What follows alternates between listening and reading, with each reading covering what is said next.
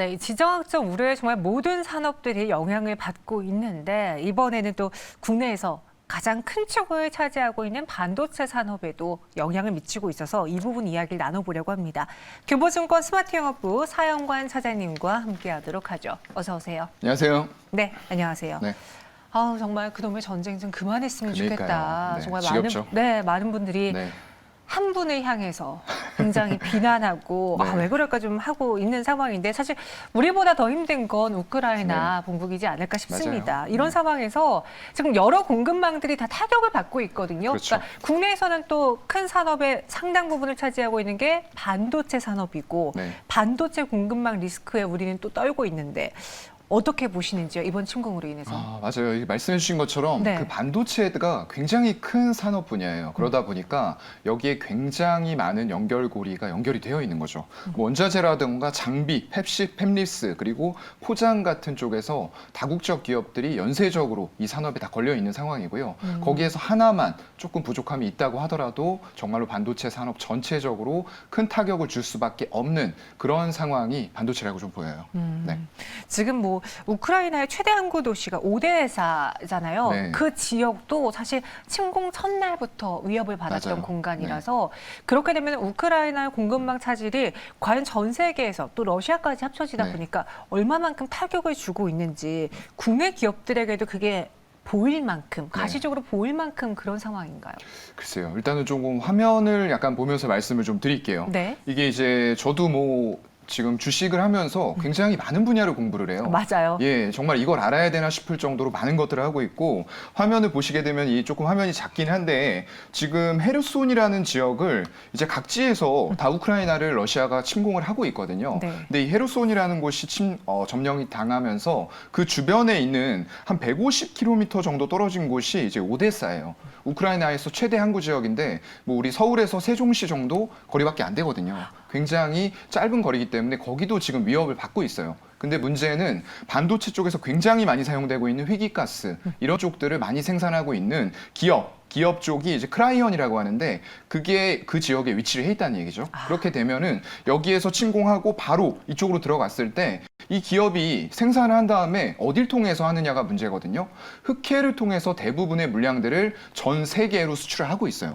근데 지금 앞쪽이 미리 지금 점령을 당한 상황이기 때문에 네. 여기까지 점령을 당했을 때에는 정말로 흑해를 통한 전 세계로의 반도체 관련된 회기가스의 공급 자체가 조금은 위험해질 수 있다라는 부분 때문에 좀 주목을 받고 있는 것 같습니다. 그러니까 세계 최대 네온 생산 기업이 이제 크라이언이라고 있는데 맞아요. 이 크라이언이 지금 러시아가 점령하려고 하는 네. 지역에 위치하다 보니까 네. 최악의 상황, 흑해 진출길이 막히게 된다면은 크라이언이 여기저기에 보내는 그 물자의 길이 막혀버리는 네, 막혀버리는 거죠. 그런 상황인 네. 거잖아요. 그럼 여러분들이 궁금하실 건 이 크라이언이 만들어내는 네온이 무엇인가, 네온 등의 희귀가스가 무엇인가, 이게 궁금하실 테고 네. 또 저는 개인적으로 이 이야기를 듣고서는 이게 왜 우크라이나에 있지? 왜 네. 우크라이나가 이 부분에 있어서 네. 주요 도시지? 이렇게 생각을 했거든요. 네, 맞아요. 그게 네. 사실 휘토류하고는 좀 다릅니다. 휘토류 같은 경우에는 이제 그 물자들이 굉장히 희소한 그런 금속들인데 그게 각 나라의 밑에 땅에 묻혀져 있어요. 네. 그런데 이런 어떤 그 회기가스 쪽은 생산 시설만 이론적으로 확보가 된다고 하면은 생산을 할 수가 있거든요. 왜냐하면 공기가 주요 원재료예요. 예, 그렇다 네. 보니까 효율적인, 근데 이제 경제성의 문제겠죠. 얼마나 효율적으로 이 회기가스들을 생산할 수 있느냐. 근데 맞아요. 그 시설 자체가 이제 우크라이나에 있었기 때문에 이런 부분들에서 경쟁력을 좀 갖추고 있는 부분이고요. 일단 전 세계에서 생산되는 네온의 70% 이상을 우크라이나에서 담당을 하고 있어요. 또 이제 어려운 용어들이 막 나오죠. 네온 뭐 원소기호 10번, 크립톤 32번, 뭐 또 제논 같은 경우에는 5주기 3종 뭐 이런 거였나요? 굉장히 힘드시겠어요. 어려운 용어들이 이제 네. 화학 시간에 배웠던 뭐 수소, 헬륨, 리튬, 베릴륨 이런 식으로 외웠던 그런 것들이 나오고 있어요. 근데 이런 것들이 과연 이제 휘토류만큼 정말로 전략 물자화를 할 수 있느냐 이게 문제거든요. 이제 중국 같은 경우에 미국과 굉장히 무역 전쟁을 하면서 굉장히 희귀금속들, 휘토류 가지고 전략화, 무기화를 시키는 그런 움직임들이 있다 보니까 이거에 대해서 상당히 민감한 이슈들이 우리나라에도 있으면서 휘토류 관련된 테마주들이 좀 득세를 하는 그런 현상들이 발생이 되기도 했었죠. 그래서 이런 것들을 조금 걱정을 하시는 것 같은데 이 내용 같은 경우에는 이제 반도체 빗을 쪼여서 원하는 패턴을 그리는 거예요. 네, 그런 부분들을 해주고 있고 또 크립톤 같은 경우에는 시각 공정인데요. 패턴을 그린 다음에 불필요한 부분들을 이제 깎아내주는 그런 역할들을 하고 있습니다. 근데 이게 지금 보게 되면 2020년 기준으로 봤을 때 네온 같은 경우에는 한국 수입 전체 물량의 53%가 우크라이나에서 나왔어요. 물론 그 다음 연도에는 이런 부분들 크림 반도 때 침공 때 우리가 이미 이런 역사들이 있었어요. 이 네온가스가 7배 폭등을 해버렸습니다. 가격이요. 그래서 이제 그런 때에 이미 어느 정도 전략적으로 이런 재고들을 확보를 해야 되겠다라는 움직임들을 보였고 또 그 뒤에 한 번 더 사건이 있었죠. 일본 쪽에서 또 전략 물자화를 하면서 이런 반도체 관련된 것들의 국산화 이런 부분들을 정부 차원으로 좀 추진을 해왔단 말이죠. 그래서 다행히 이런 어떤 희귀가스들의 재고는 지금 당장은 충분하다고 보여요.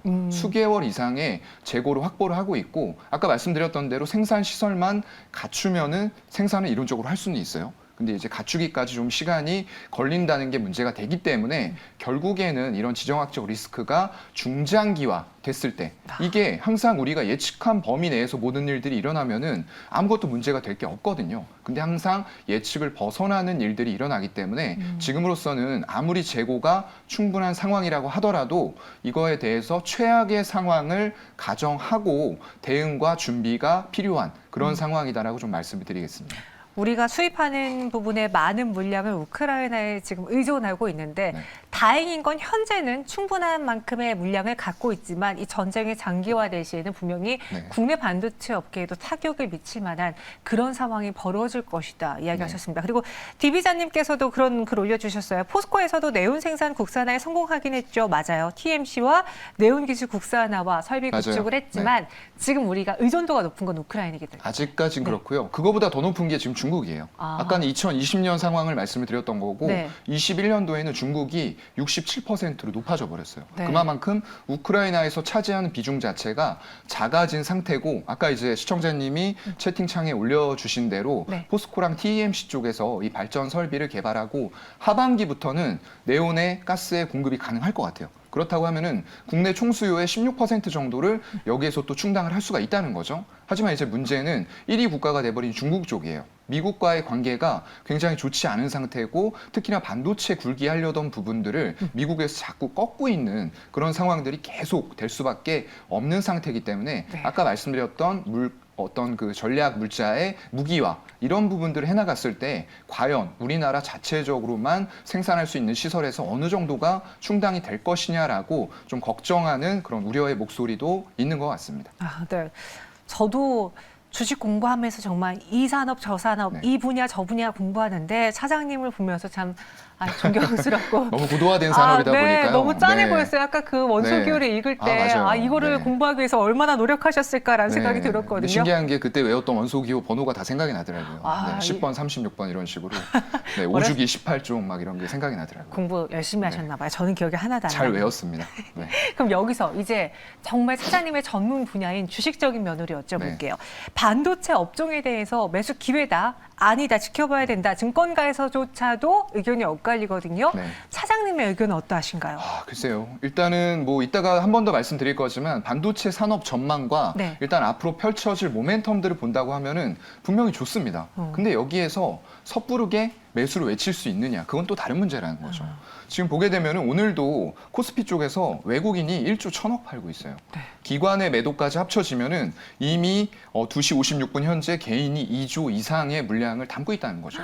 그러면서 제가 항상 지겹게 말씀드렸던 바닥 다지기의 최종선 120주선을 또 코스피가 테스트를 하고 있다는 거예요. 코스닥도 마찬가지고요. 이런 부분들이 계속되다 보니까 아직은 불확실성이 완전하게 해소되지 않은 상태에서 분명히 모멘텀은 있는데 과연 이 정도 떨어졌다고 해서 바닥이라고 단언을 할 수가 있을 것이냐, 그 문제로 갑니다. 그렇다고 하면은 우리들은 주요 주체의 수급이 돌아서는 부분들을 확인하면서 안정적으로 마진을 확보하고 들어가는 그런 전략이 여전히 유효하다라고 관점 유지하도록 하겠습니다. 네, 바닥 다지기 구간 접근은 신중해야 된다. 대표적인 종목 하나씩 짚어볼게요. 삼성전자, SK하이닉스. 4개월 만에 또 삼성전자가 장중에 7만 원대로 그렇죠. 그랬습니다. SK하이닉스는 12만 원에 지금 무너져 있는 상황인데 현 시점에서 어떤 대응 전략을 세워야 될까요? 글쎄요. 삼성전자가 지금 일봉상으로 조금씩 양봉이 나오고는 있어요. 이제 7만 원을 강하게 지지하려는 모습들이 나타나고는 있는데 그 지지가 과연 주요 주체의 매수에 의해서 나타나고 있느냐, 이제 그게 중요한 거죠. 근데 아까도 말씀드렸던 대로 굉장히 수급이 좋지 않은 시장에서 주요하게 외국인과 기관들이 물량 뱉어내는 업종이 뭐가 되겠습니까? 전기전자겠죠.